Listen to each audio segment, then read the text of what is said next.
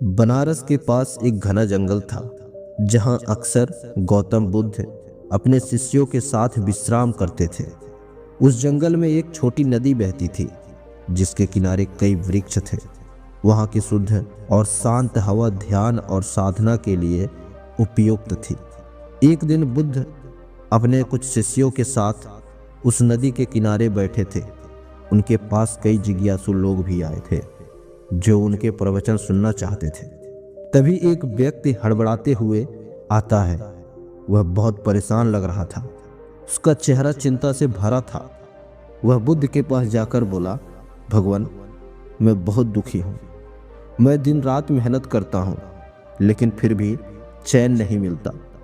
कभी व्यापार की चिंता, कभी घर की समस्या, कभी समाज का भय। ऐसा लगता है जैसे मेरा मन हमेशा किसी बोझ से दबा हुआ है। कृपया मुझे बताइए कि मैं इस दुख से कैसे मुक्त हो सकता हूँ।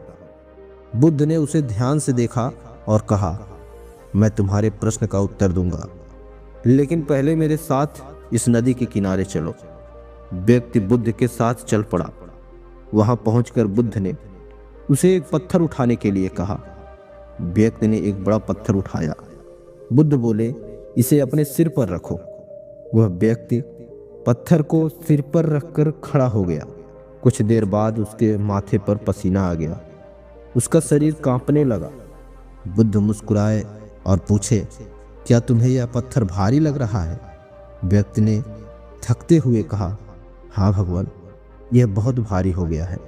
बुद्ध बोले, अच्छा, अब इसे नीचे रख दो। व्यक्ति ने तुरंत पत्थर नीचे रख दिया और राहत की सांस ली। बुद्ध ने फिर पूछा, अब कैसा लग रहा है? व्यक्ति बोला, अब बहुत हल्का और अच्छा लग रहा है भगवान। बुद्ध मुस्कुराए और बोले, यही तुम्हारे दुख का उत्तर है। तुम्हारे मन में जो चिंता, भय और असंतोष है वह उसी पत्थर की तरह है। जब तक तुम इसे पकड़े रहोगे यह भारी ही लगेगा, लेकिन जैसे ही तुम इसे छोड़ दोगे तुम्हें हल्का और मुक्त महसूस होगा।